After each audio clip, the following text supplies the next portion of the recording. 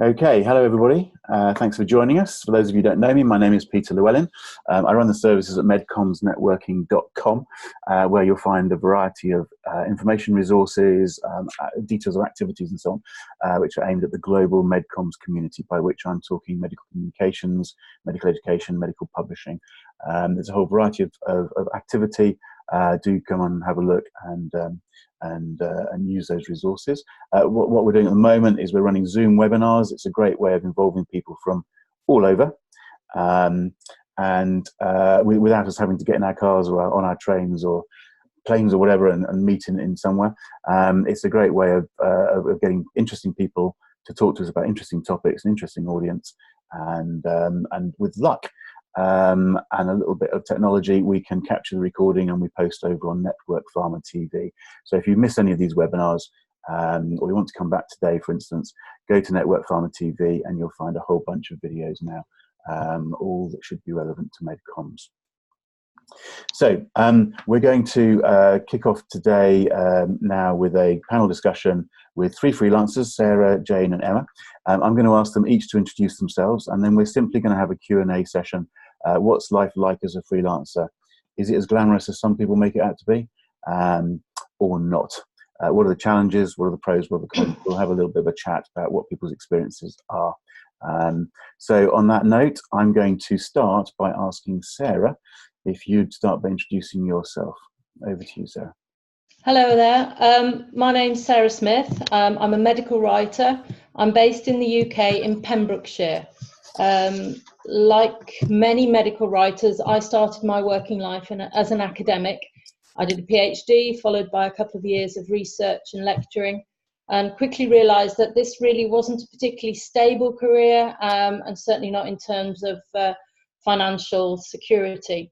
So I moved sideways into publishing in 1990, and I joined a MedComms agency and met Peter a long time ago. And I trained as a writer and an editor then.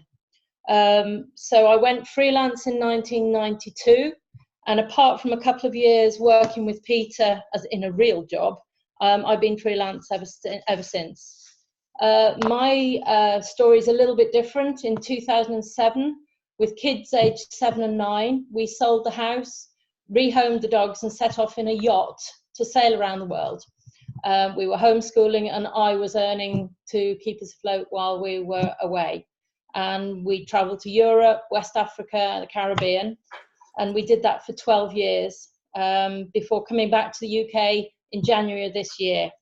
So our plan is to stay in the UK for the next few years and do a bit of work on the boat, maybe change her, and then possibly go cruising again.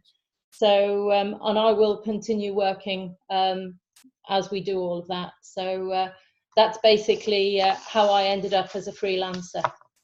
Excellent. Okay, thanks, Sarah. Jane, you're next on my list. Can you introduce yourself? Hi everybody, my name is Jane Mason and I've been a medical writer since 2006. Before that, I was a pharmacist for a couple of years, studied pharmacy. I did think about doing a PhD, but I didn't really enjoy lab work, so I started to look for other careers where I felt I could be constantly learning and being challenged, and I really felt like medical writing was a great option. So in 2006, I joined a small medical writing consultancy, and I received great training there. I was there for about 5 years, and then in 2011 I turned freelance. I've been freelance ever since, and it's so far been really good experience. It's worked well around having children, and yeah, I'm really enjoying the challenge of it and learning lots of new things. Okay, excellent. All right, Emma, go on, your turn. Hi there, my name is Emma Georgiou and I'm a freelance account director. I started in MedComms about 10 years ago, and prior to that I was working in academia, so I did my master's degree in medical biochemistry and a PhD in reproductive and developmental medicine before working as a research scientist in industry for a regenerative medicine company. I was actually made redundant from that job because they were moving facilities to another part of the country. So I saw this as an opportunity to look at what I could do that still used my scientific background, and I came across MedComms. So I've been working in MedComms since 2010, and I've worked across a wide range of industries in-house, starting from like a small agency with 5-6 people, ranging all the way up to a large global organisation with over 200 people in their MedComms department. And back in 2017, I decided I wanted to go freelance because I wanted to get a bit more time back to explore other avenues. So I'm also doing some coaching on the side. So I've been freelancing since 2017. Excellent. Okay. All right. Thanks, everybody. So just to emphasise to the audience, we're going to be, well, hopefully relying. I was going to say relying is the wrong word, but we're keen to get your comments and questions. So do use the buttons. You've got a chat button, Q&A button. You can share some observations or ask some questions. I'd like to kick off very simply. I think you probably all slightly said it. I'm going to pin you down a little bit and just go. Just give me one word. What's the attraction of freelancing?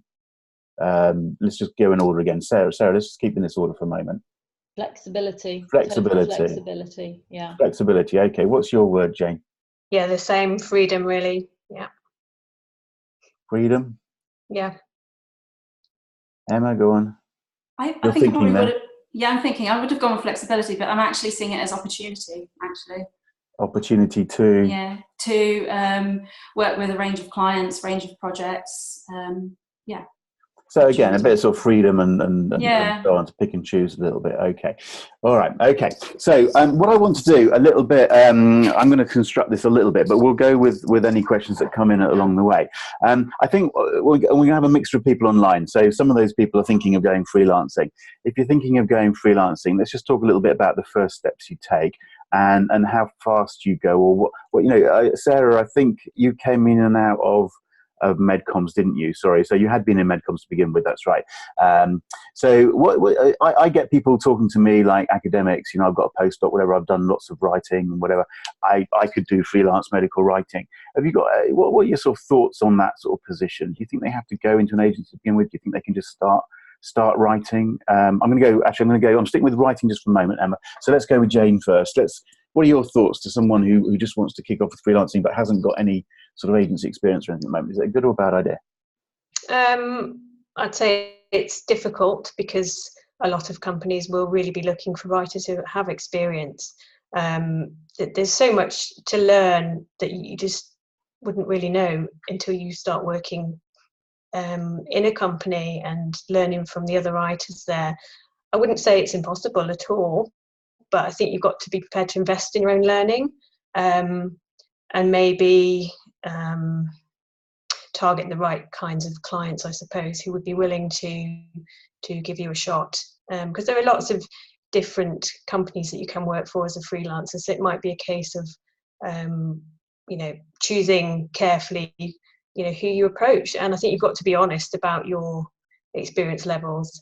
You may well be a good writer, but if you've never seen some of these documents before, you're not necessarily going to know how to write them. Okay, so have you got any observations on that front? Yeah, I'd have to agree. You need to understand the context of the writing. You need to understand the industry, the MedComms industry, and how it dovetails with pharmaceutical industry. And if you've only been in academia, it'd be very difficult to understand everything outside the writing. You're probably a capable writer, but the budgeting, the scheduling, the how everything works, you need to have a grasp of that to be able to be a good writer. Yes. Okay. Okay, Emma, have you got, from sort of an account management, project management side of it, would you just basically agree with all of that? Yeah, I think I would. You definitely need the experience of the pharmaceutical industry and working in-house for an agency to give you a chance to freelance with them. Okay. One of the things that I always say at that point is not just the experience on, but it's also having some contacts. And I think people have missed the fact that when you walk out of wherever you walk out of on a Friday, and as I say flippantly, you're sitting in your pyjamas on a Monday morning in front of your computer with a cat on the lap sort of thing. You need some work sort of thing, yeah? And the contacts can be very, very important. You can build some contacts by working in the business. Let's just pursue that one for a minute. When you started, however you were sitting on the Monday morning when you started, how did you, where did that first work come from? How did you go about getting it? Again, let's just bounce around here. So Emma, go on, start with you. Well, first of all, I started sending out my CVs to agencies that I'd identified before that I would like to work with. And it also helps going through your contacts that you already have and asking them, because recommendation has been like the main way that I've got most of my work.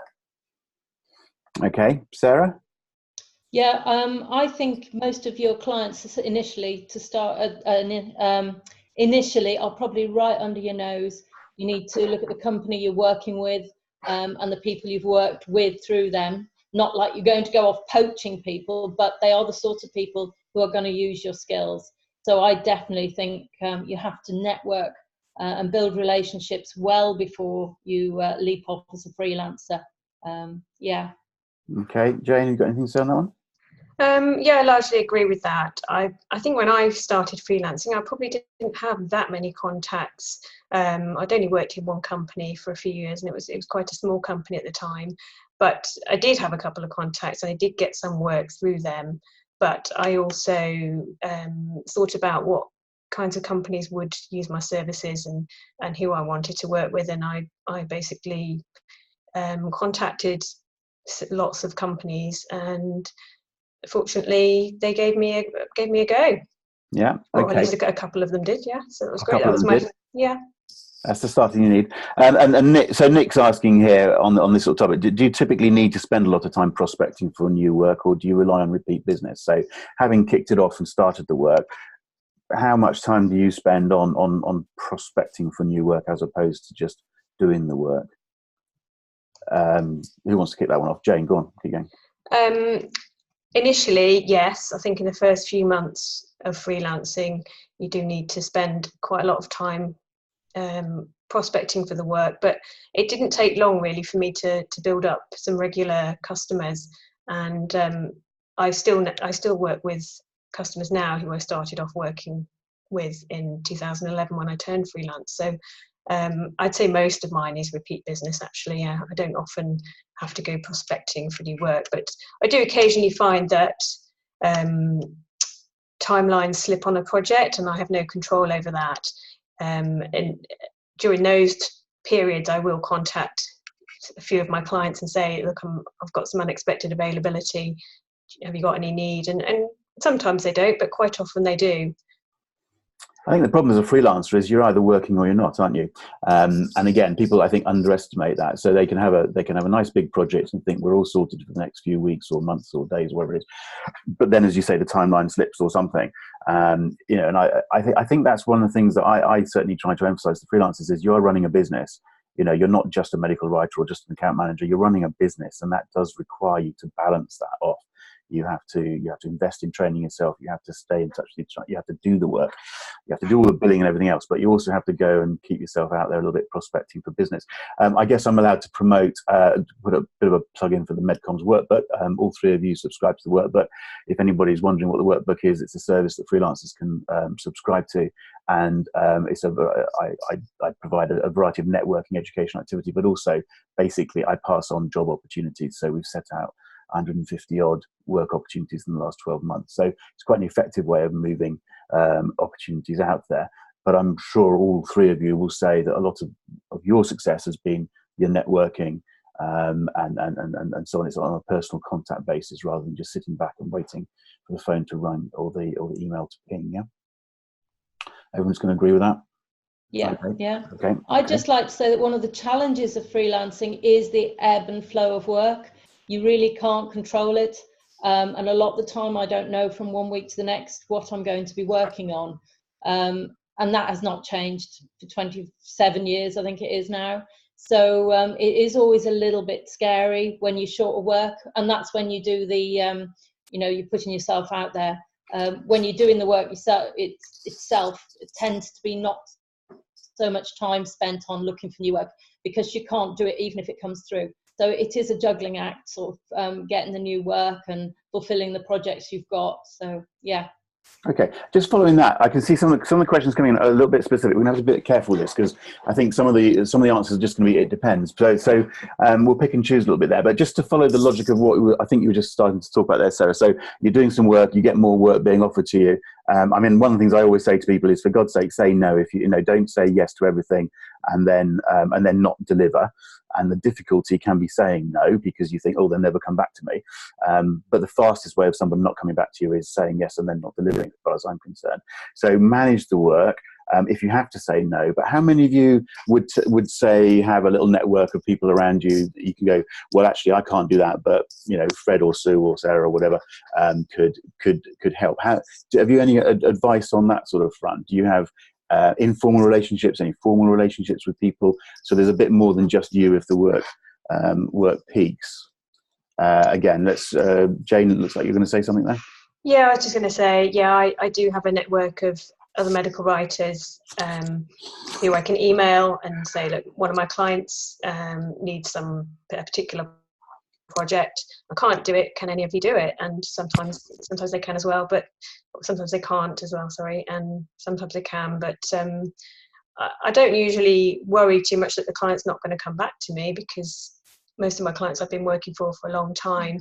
So you know, I think it's if the work's there, it's good to pass on to your fellow freelancers, and you know, your client will come back to you as well. So. Okay, and to some extent, by being helpful to somebody, that just sort of builds that relationship, doesn't it, and Yeah. maintains that relationship. Yeah. Okay. Having said which, mostly people come to you because they want you working for them, don't they? Yeah, most of my work is repeat business, so most of them do come back because they've been pleased with what's gone before. So you're very correct in saying you have to do a good job and you mustn't overstretch yourself. You're only really as good as your last job every time. So you have to make sure that that works every time. Okay, so just picking up a question here from Kate. Are your, and maybe each of you are in slightly different positions here, but are your clients typically MedComms agencies, or do you work with anyone else, e.g. pharma companies? So each of you probably slightly different. Emma, what's your position? Are you working with the MedComms agencies mostly? Predominantly MedComms agencies, yes. Okay. Jane, who are you working with mostly? MedComms agencies, and also I do regulatory writing, so I work for some regulatory affairs consultancies. Okay. Yeah. Okay. But not for the pharma companies directly? I have done in the past, but not very much. Most of mine has come through agencies. Okay, Sarah, the same for you? Mainly MedComms agencies. I have worked with pharma companies in the past, not so much now. And I have worked with individual doctors and various things like that, but those things always seem to, they lack the structure and organisation of a MedComms agency. And I've got into hot water with those a few times where people haven't paid or haven't understand how the process works. So yeah, I'd think twice about working for individuals again. Okay. In principle, as a freelancer, you can work with who you want to, though, can't you? Yes. There may be pros and cons with the different sorts of people, but you can basically say yay or nay. And part of the attraction is to be able to pick and choose. I think we already talked about that earlier on. It's like, I want to do that, I'm going to do that. I don't want to do that, I don't have to do that. There's a balance to be struck in terms of maintaining whatever income level you want. But at the end of the day, you can pick and choose. And that is part of the attraction, isn't it, of what you're doing? Yes, definitely. Yeah. Just let's talk a little bit about the practicalities here, and I will say I don't want to get too bogged down in this, because we could do, but let's just sort of talk a little bit in generalities. I'm sitting here thinking about leaving whatever I'm doing at the moment and going and freelancing. What are the practicalities? Well, let's take some specifics. Is it a good idea to go out and get an accountant? What are the sorts of things to think about? Limited company versus sole trader, VAT or not, insurance or not. Do you have any advice on that sort of front? Is it a good thing to go and get an accountant? Some people go, oh, that's going to cost me. But what are the pros and cons to that sort of thing? Anyone got any advice on that one? I think, yes, definitely get yourself an accountant, because they can save you a lot of time and money. And also, by outsourcing those tasks to somebody else, you can really focus on what you can do best. So yes, I would definitely get an accountant from the outset. Limited company versus sole trader. My accountant advised me to start off as a sole trader, but I quickly turned to a limited company status, because one of my prospective clients wanted me to be a limited company, and I knew there was going to be quite a lot of work coming from them. Right. So I was quite happy to switch to limited company status quite early on. Okay, all right. Any other different views? Sarah, you got a different view on that one? I was sole trader to start off with, went limited for a little while, and actually went back to being a sole trader to keep things as simple as possible. I do have an accountant, and everything was done through or with him. Just try and understand the different means of business. You have to understand all of it. As you say, it is a business at the end of the day. If you forget the business stuff, it'll come around and bite you on the bum. You've got to understand your responsibilities and make a living from it. So it is first and foremost a business. Okay. Yeah. Emma, sorry, I'm going to split off in a slightly different direction now. So, Emma, you tend to work on the account management and project management side, where I'm guessing you tend to be taken on for contracts for a number of weeks or months even. It's not just a sort of a weekend type work, yeah? So there's a couple of questions coming up here about, what's, about the length of contracts and, is there more short-term project work? Is there opportunity for 6 to 12-month freelance contracts and so on? What are you seeing from that sort of point of view in terms of, or is it actually just a whole mixed basket out there, and it's very difficult to answer that because it depends on you and who the client who pops up and what they want, sort of thing? Do you see any trends or? I do think there is more of a leaning towards longer term contracts, so minimum sort of 3 months moving up to 6. That's what people tend to be contacting you for. And it's because the reason they tend to look for account direction support is they want someone to come in and be embedded in the team and to either run with a project that has a very, has a finite endpoint, for example, or just to help them fill a gap whilst they recruit for someone to take your space. So they tend to be longer contracts. Now I'm finding, though, that because I've done a few contracts at different agencies, people will come along and ask for some ad hoc stuff to go in the background. So you can, if time permits, have more than one client at the same time. But predominantly it is one client for a longer period of time. Okay. And sticking with you for a moment, do you tend to find on that side with those contracts, account management, project management, that you're expected to go into the office and be on site, or are people becoming quite relaxed about you working remotely? Or again, do you see any differences there? To begin with, it is nice to definitely go in and get up to speed with the team, see who you're working with, learn their processes, learn about the client. But there is a flexibility. You can go into the office or you can work from home. I personally like to go in a couple of days a week just because it helps you to be embedded in that team that you're working with and managing. So, but I do know that you can work remotely 100% if you like to, but my preference is not to. Okay. I mean, I have to say, from my point of view, there seems a sense that on the account management, project management side, there's more of a tendency to ask you to be in-house or quite embedded within the team, sort of thing, for those reasons. On the writing side, though, I mean, there's more of a tendency for you to do, presumably, smaller projects or shorter projects, more defined projects. You can do that from wherever in the world you are. Sarah, you've sailed around the world 7 times, so that clearly wasn't a problem for you. I haven't got around the world once yet, but this time. Okay. But no, I do tend to take on smaller projects. I do also work on longer-term contracts. It just depends on the work that comes through at the time and what else I've got going on. So mix and match the work to fit the requirements of life and everything else that's going on. And the work that you're offered. Some weeks I won't know from one week to the next what's going to be happening the next week. Other times I've got 3 or 4 months booked in advance. So it's just wait and see what comes up. Okay. Just out of interest, just picking up on a question, Jane, maybe you can lead the way with this, but all of you, there's been a couple of questions in terms of, I think what they're getting at is this a full-time job? Can it be done part-time? I think, well, I'm going to answer the question and just go, look, you can do what you want because you're a freelancer. But, what sort of hours are you guys working? Are you working full-time, Sarah? You don't work a full, no. You don't work a full week, do you, Sarah? No, when we were sailing, there's just not, I can't work full-time. There's just too many other things going on, and we were homeschooling as well. So I probably worked about half-time. I'm continuing to do that, which has its own restrictions in terms of what I can earn and when I can earn it, sort of thing. So you can do whatever you want. You make it work for you, really, as long as it gives you the income you need and it fits in with all the requirements of the job, it is up to you what you work and when you work it. It's so totally flexible, yeah. Okay, and Jane, similarly, are you doing full time, or you're not? I do about 30 hours a week, Right. so not quite full time, no. And when my children were very small, I was doing about 20 hours a week, and it worked well most of the time, but you just have to be a bit careful what kinds of projects you take on, really, because I found that for some of the projects I needed to be in conference calls, and if I wasn't working on a couple of days, it was quite tricky trying to fit those in. Although I was usually pretty flexible, and I think if you're freelance and you do have young children, it's good to have a few childcare options, not just one, so that you can be flexible and fit in when needed.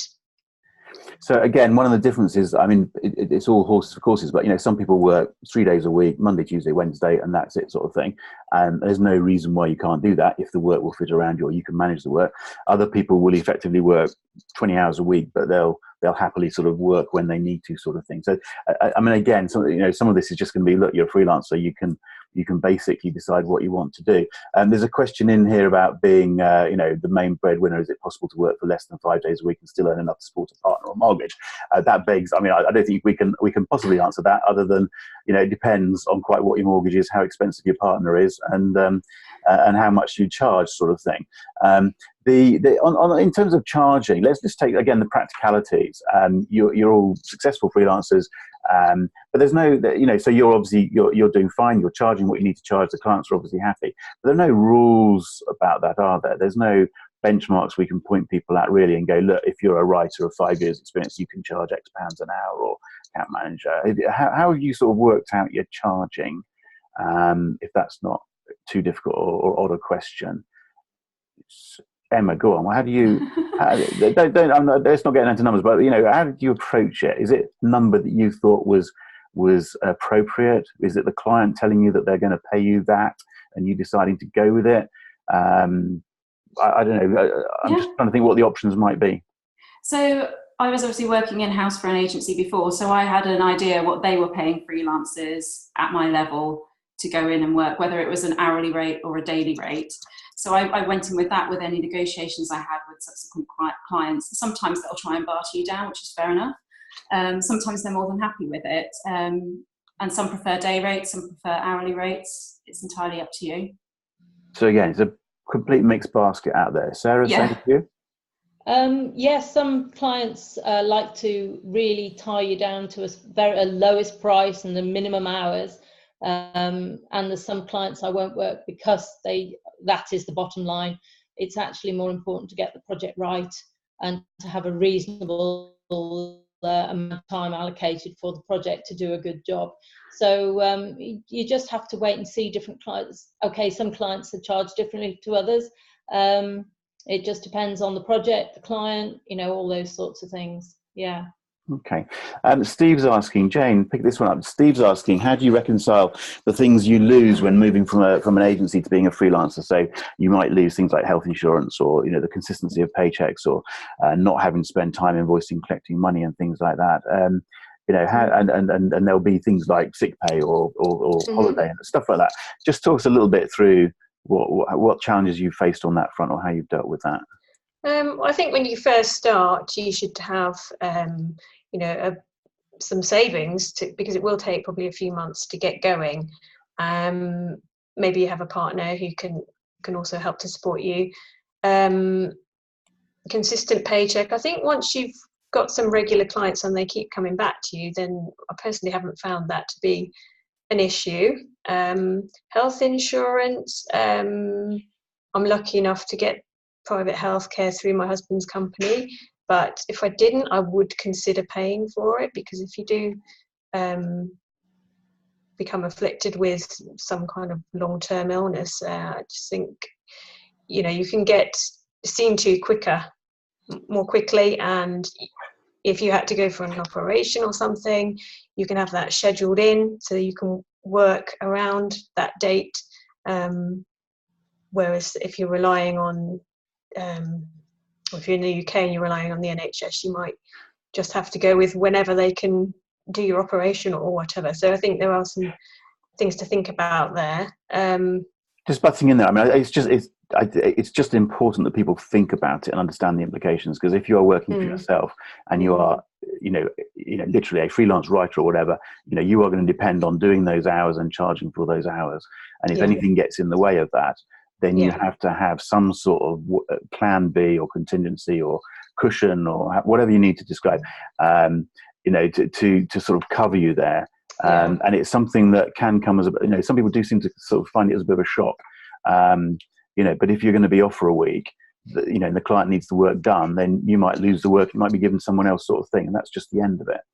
Yeah, I think this is another reason why it's good to have a network of other freelancers who because if you were to go into a hospital unexpectedly or something like that, then and you're in the middle of a big project, you want to be helpful to your clients and say, look, I'm really sorry, I can't carry on with this project, but I do know another really good writer who will take it over. So yes, you definitely do need a plan B for those times when you might be sick. I found that working slightly under full-time hours has been a good call as well, because at one point I was working full-time with very young children. I just took on a lot of work. I hadn't really intended to sort of go back to work full-time after having my children, but I then found that there wasn't really a buffer in my week, so that if I did get sick, it was very difficult to catch up, and I was having to work at weekends. So after that experience, I thought, why am I doing this? Let's just work a little bit less each week, plan to work a little bit less, and then when you get the peaks, you can extend your working hours a little bit, or if you're sick and you need to catch up another time, you can do more easily. Just to cover off another aspect that, again, people sort of tend to forget about until it happens, the sort of payment terms. It's worth thinking about the fact that you're not, you're going to start some work and be paid at some point in the future. Someone's just asking, anything you recommend when they state payment terms of 30 to 60 days or whatever. Typically, are you guys finding that companies are paying on 30 to 60 days? That seems a little bit long for the freelancers. I'd have thought you'd be paid a little bit quicker than that. But what's the typical situation there for each of you? Sorry, Sarah, what's your typical sort of payment terms? Most of the med ed agencies, it is 30 days, and they are pretty good at doing that. Sometimes it's more, if it's a longer contract, it's a rolling thing, so it might be every 2 weeks. You'll invoice weekly, but you'll get paid every 2 to 3 weeks. Okay. That's another reason for working with the med ed agencies, because individuals can take a long time. I did a project for one doctor, and basically when I got to the end of the project, says, I'm going to apply for a grant to pay for this. He hadn't even applied for the grant at that point. So it was a nightmare. And I worked on nothing but that, so we had no other money coming in. That was a bit scary. Okay, so again, just to make an obvious point, but when you start a project, you should presumably you do define what those payment terms are, and there is some negotiation. Some of your projects you might be able to charge 50% up front, or some of them, maybe it's as you say, 2 weekly or monthly, but there will be people who will go, no, I will pay you at the end of this when I'm happy with this, and it's on 30-day terms, but the important point is to establish that up front. I've learnt that. Exactly. Okay. And generally, in your experience, it's, having established what those are, you're not finding, generally working in MedComms, that people don't pay. No. Everyone would agree with that. Jinx it, but no, Okay. But it's important to know what the terms are, I think, and accept it, and understand it and think about it. Couple of quick questions. Let's just have a couple of quick questions before I sort of bring the recording part of this to an end. There's a question here, anonymous. I always think it's interesting who's anonymous. But anyway, have you ever thought of going back into permanent work? So just headline, are you all very happy sitting there? Would you think that there's some value going back into permanent work? And if so, why? Or if not, why not? Let's go with Emma. You go first. I think for now, I'm definitely happy staying as a freelancer. It gives me that flexibility that I want and allows me to concentrate on other projects. So for now, I think I'm happy staying where I am. Okay, Jane? Yeah, I'm very happy staying where I am as well. I can't imagine going back to working for a company. I think one of the things that you perhaps do miss as a freelancer is learning from your colleagues. And so I think it is important to have that network of other writers you perhaps get together with occasionally and talk through any issues you're having and keep up to date with changes that are happening in the MedComms industry. Right. But there are ways of doing that. You don't have to be working in a company to do so. You can make use of all the MedComms networking educational opportunities that I provide. Yeah. Sarah, go on, same sort of question. Would you go back into permanent employment? Can you see that ever happening? Not really. No, it happens fleetingly when I've got no work, but right. apart from that, no, wouldn't give up the flexibility. Okay. I mean, it's worth. I'm going to make a point of saying this, Sarah. I hope you don't mind. But we've touched on the fact you've sailed not around the world, but you've done this from the back of the yacht. It's worth maybe mentioning to people if they're interested. At NetworkPharma TV, there is a whole presentation from you on what did we call it? Extreme freelancing. And your experience running around on the back of a yacht there, so it's worth having a look at that. I'm gonna just, for the sake of the recording, I'm gonna draw this to we've covered a lot of ground quite superficially. I'm accepting that, but hopefully there's some good ideas in there. For those of you online at the moment, don't rush away because we will carry on happily talking around to the top of the hour. But can I just wrap up the recording? I just want each of you to just give me some sort of tip or advice or something that we can throw at the people who are thinking of going freelance. What would you recommend either they think about or whatever? Have you got something that you can just pass on? I'm going to go in that order again. Sarah, have you got a bit of advice you'll throw at anybody who's thinking of going freelance? Well, you pinched my idea earlier when you said you got to plan in advance. Basically, your main clients are probably under your nose when you're starting off. It's the people you're working for at the time, and they're the people that they know in common to you, who know how you work, they understand you, and I think they are definitely the people you start with your clients when you leave. They're the ones that are immediately surrounding you. Okay, so make sure you've got your contacts in place. Jane, have you got a bit of advice to throw back? Yeah, I would say it's a really good idea to have a depth of experience in maybe a few different therapeutic areas or particular document types, something that's going to set you apart from other freelancers. So what can you offer that's perhaps a bit specialist? I do also think that it's good to have a breadth of experience, though, to see how everything fits together with all the different documents that you'll come across. But yeah, it's a good idea to possibly specialise in particular therapy areas or particular document types. Okay, all right, Emma, go on. You wrap this up with your bit of advice. Okay, so this is probably more for when you're starting to freelance rather than when you're looking to, so it might cross both. But it may sound daft, but communication really is key. I know that sounds weird because we're in a comms industry, but basically with your clients, make sure that you are constantly having this dialogue with them about what you're doing, when you're doing it, delivery timelines, expectations, things like that.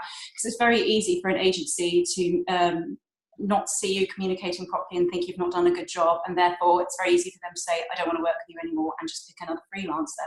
So it's all about making sure you communicate properly, do a fabulous job, and then you'll keep getting more business. Excellent. Okay, cool. And you're obviously very happy, so it's a joy listening to you about freelance life. Okay, I'm gonna close the recording part of this now, if that's okay with everybody. There's still a number of questions there. As I say to everybody online, please hang around. We'll carry on talking. Quite happy to the turn of the hour. But for now, can I just say a huge thank you to Sarah, to Jane, to Emma. I'm going to stop the recording. If you guys can just give everyone a little wave, say goodbye, then I'll see you in a moment.